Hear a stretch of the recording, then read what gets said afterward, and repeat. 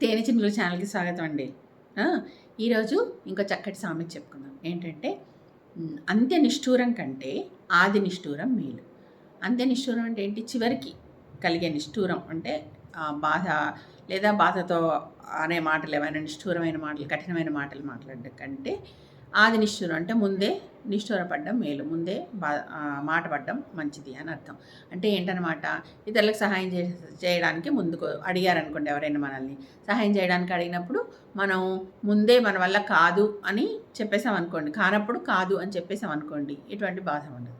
అలా కాకుండా మనం చేస్తాము అని చెప్పి చేయలేక సగం ప్రయత్నం చేసి మనం సగం ప్రయత్నంలో అవ్వకపోతే పని, అసలు నిన్నెవడు మొదలు పెట్టమన్నాడు, నిన్నెవడు చేయముందే చెప్పొచ్చు కదా అని తర్వాత మనల్ని మాట్లాడంటారు.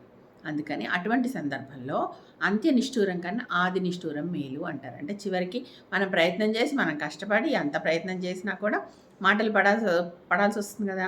అలా కంటే ముందే మనం ఒక్క మాటతోటి మా వల్ల కాదు అని చెప్పేసామనుకోండి, ఇంకా మనకు నిష్ఠూరమైన మాటలే ఉండవన్నమాట. అర్థమైంది కదా. కాబట్టి మనం జాగ్రత్తగా ఉండాలి అని అర్థం. సరేనా? మరి ఇంకో సామెతతో